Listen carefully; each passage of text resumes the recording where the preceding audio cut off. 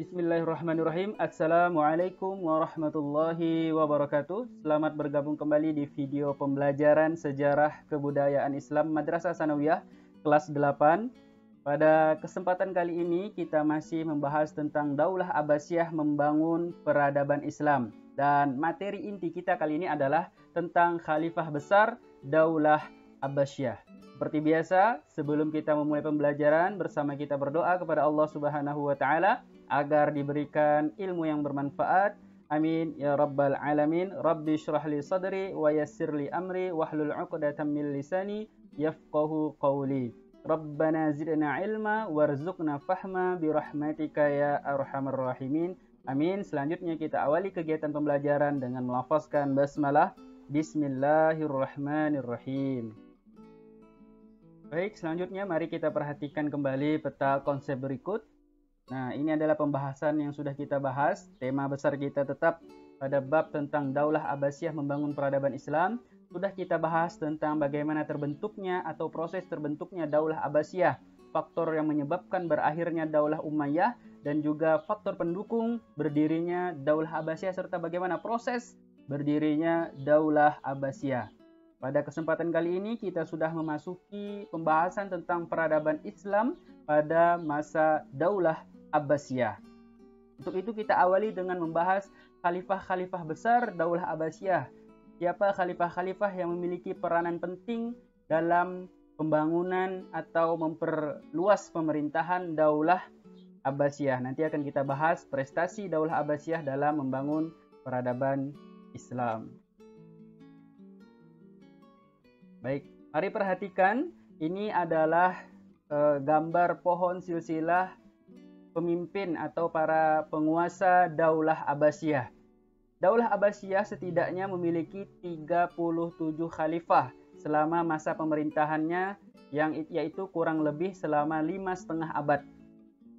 Jadi 18 di antara khalifah tersebut adalah berasal dari keturunan Bani Abbas. Sisanya berasal dari keturunan Bani Buwaihi dan juga Bani Saljuk.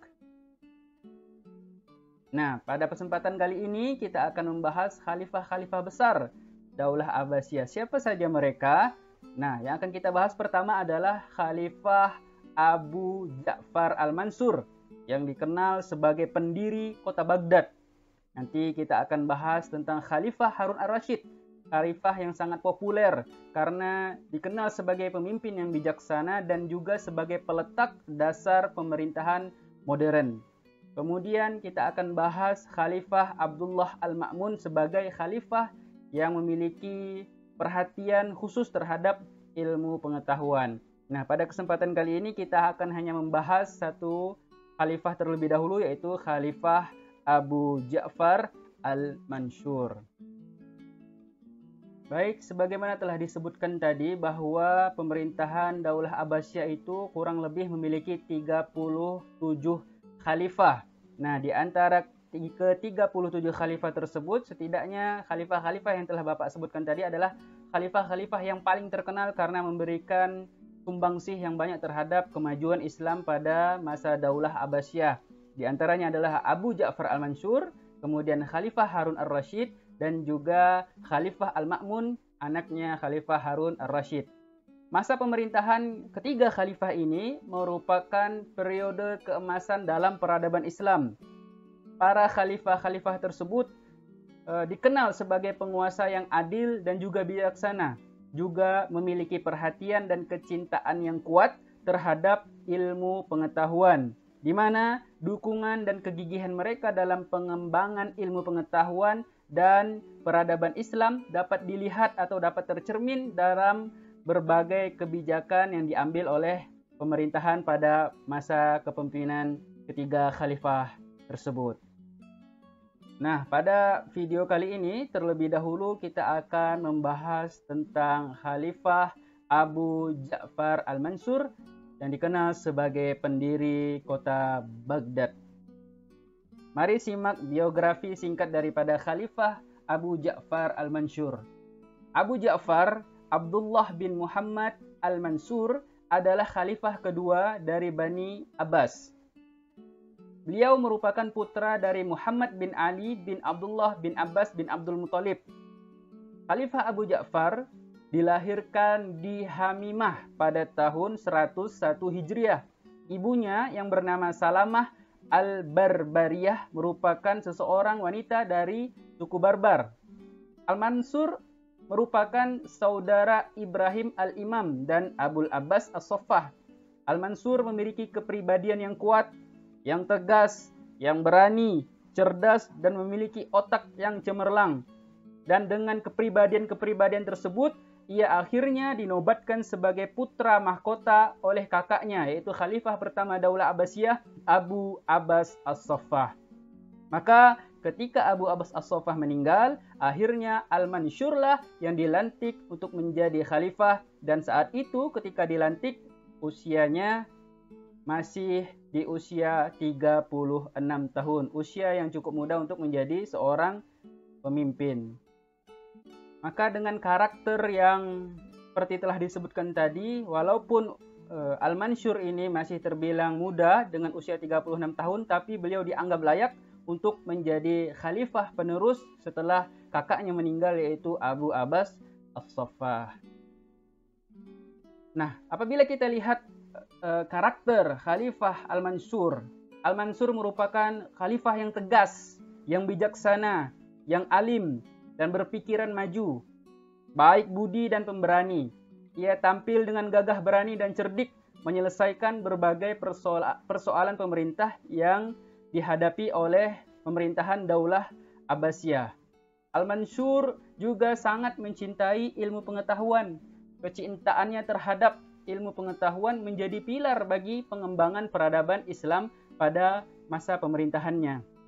Setelah menjalankan pemerintahan selama lebih dari 22 tahun, pada tanggal 7 Zulhijjah tahun 158 Hijriah atau tahun 775 Masehi, Al-Mansur wafat ketika dalam perjalanan menuju Mekah untuk menunaikan ibadah haji dalam usia yang ke-57 tahun di suatu tempat yang bernama Bikru Ma'unah, dan akhirnya jenazahnya dimakamkan di kota Mekah. Nah, demikianlah ada beberapa karakter daripada Khalifah Al-Mansur yang menjadikannya khalifah yang sukses pada masa kepemimpinannya, dan sifat-sifat tersebut, karakter-karakter tersebut layaklah untuk kita tiru pada masa ini, bagaimana nanti di masa depan kita bisa menjadi sosok yang kuat, yang tegas, yang bijaksana, yang alim, berpikiran maju, dan pemberani seperti Khalifah Al-Mansur.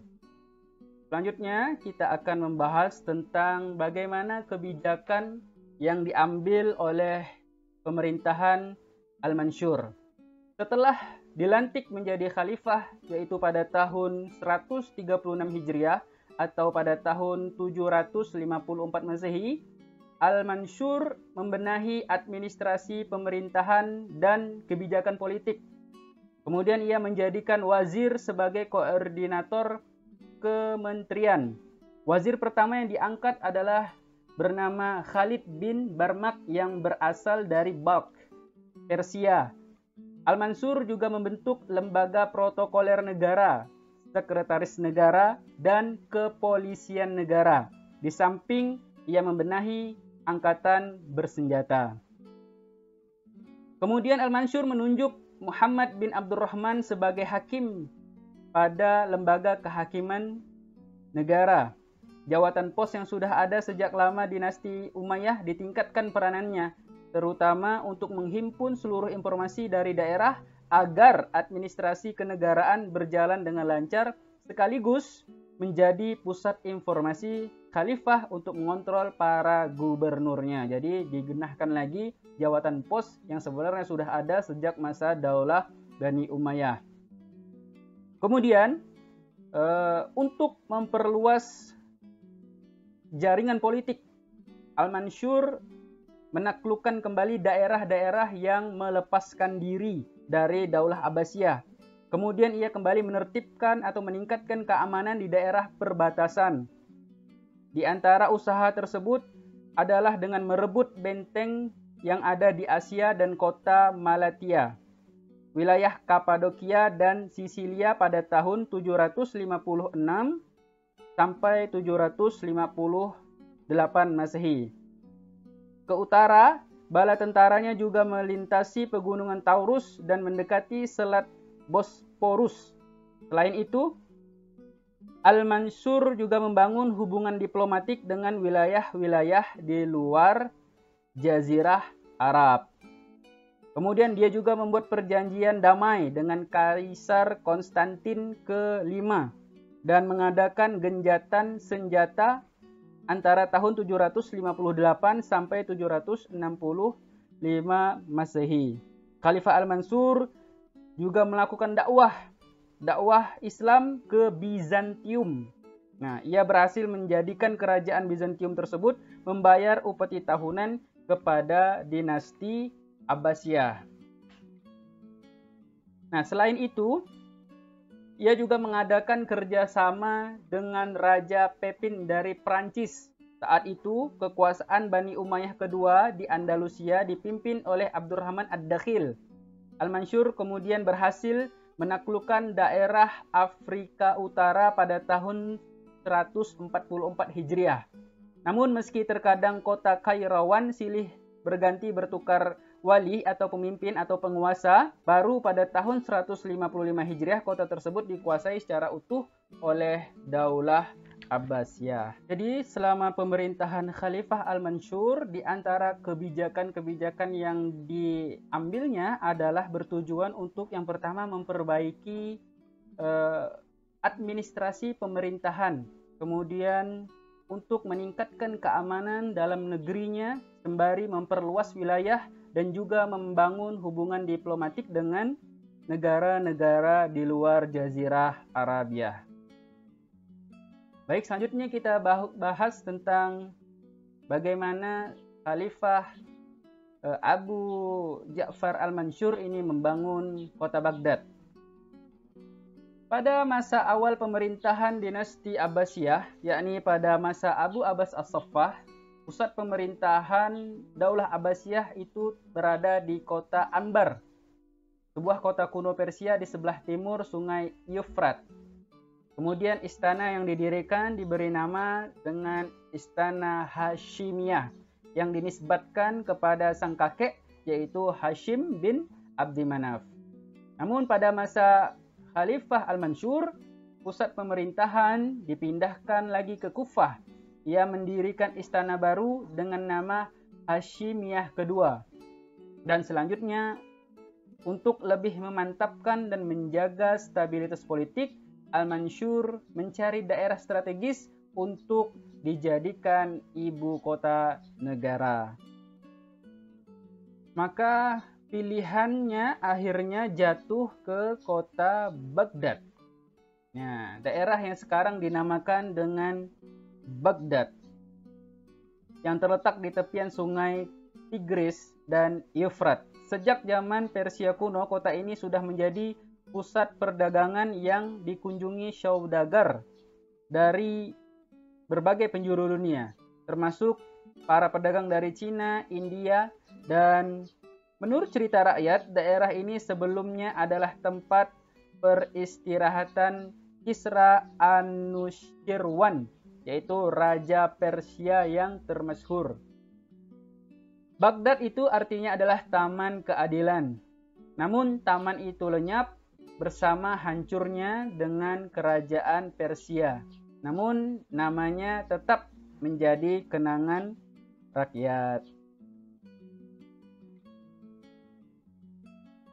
Nah, ini adalah gambaran atau ilustrasi bagaimana bentuk kota Baghdad yang dibangun pada masa Daulah Abbasiyah atau pada masa Khalifah Abu Ja'far Al-Mansur. Apabila diperhatikan, bentuk istananya seperti sangat familiar karena sering diadaptasi dalam berbagai film bentuk istana yang seperti Istana Daulah Abbasiyah ini. Kota tersebut dibangun dengan melibatkan para arsitektur dan tukang batu, tukang kayu, ahli lukis, ahli pahat, dan lain-lain. Mereka semua didatangkan dari Syria, Mosul, Basrah, dan Kufah yang berjumlah kurang lebih sekitar 100 orang. Kota Baghdad ini berbentuk bundar. Di sekelilingnya dibangun dinding atau tembok yang besar dan tinggi, sedangkan sebelah luarnya digali parit yang besar yang berfungsi sebagai saluran air sekaligus sebagai benteng pertahanan. Terdapat 4 pintu gerbang di seputar kota ini yang disediakan untuk setiap orang yang ingin memasuki kota. Keempat pintu gerbang itu adalah Bab al-Kuffah atau pintu Kufah yang terletak di sebelah barat daya. Kemudian Bab al-Syam atau pintu Syam yang terletak di barat laut. Kemudian ada Bab al-Basrah yang terletak di tenggara dan Bab al-Khurasan yang terletak di sebelah timur laut. Di antara masing-masing pintu gerbang dibangun 28 menara yang fungsinya adalah sebagai tempat pengawal negara yang bertugas mengawasi keadaan dari luar istana atau keadaan di luar istana. Kemudian di atas setiap pintu gerbang dibangun tempat peristirahatan berhias ukiran yang indah dan menyenangkan. Dan di tengah-tengah kota terletak istana khalifah dengan bentuk arsitektur Persia. Istana ini dikenal dengan nama Al-Qasr Az-Zahabi. Apa itu Al-Qasr Az-Zahabi? Artinya adalah istana emas.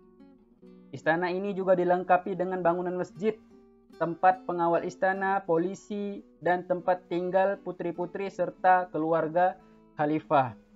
Di sekitar istana dibangun pasar dan tempat perbelanjaan, termasuk jalan raya yang menghubungkan keempat pintu gerbang tersebut.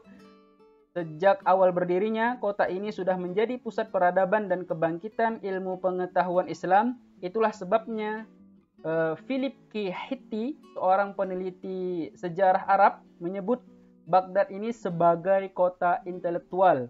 Karena menurutnya, di antara kota-kota di dunia, Baghdad merupakan profesor masyarakat Islam. Bahkan dalam cerita 1001 Malam, Baghdad menjadi kota impian. Al-Mansur memindahkan ibu kota negara ke kota yang baru dibangunnya yaitu Baghdad pada tahun 762 Masehi.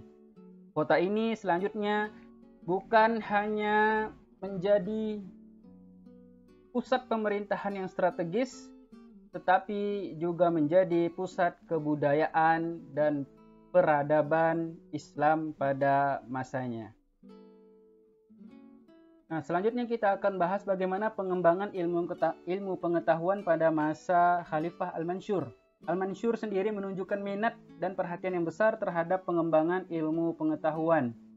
Itu dapat dilihat dari yang pertama dengan penyalinan literatur atau buku-buku dari Iran dan Irak, Greek serta Syriani, dan mendorong usaha besar-besaran untuk menerjemahkan buku-buku pengetahuan tersebut dari kebudayaan-kebudayaan asing diterjemahkan ke bahasa Arab agar dapat dipahami oleh orang-orang Islam.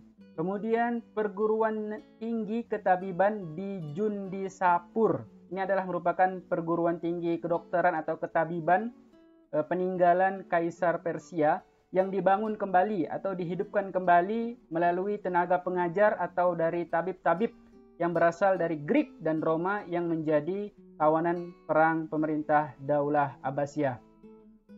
Kemudian Al-Mansur juga mendirikan sebuah perguruan tinggi sebagai gudang pengetahuan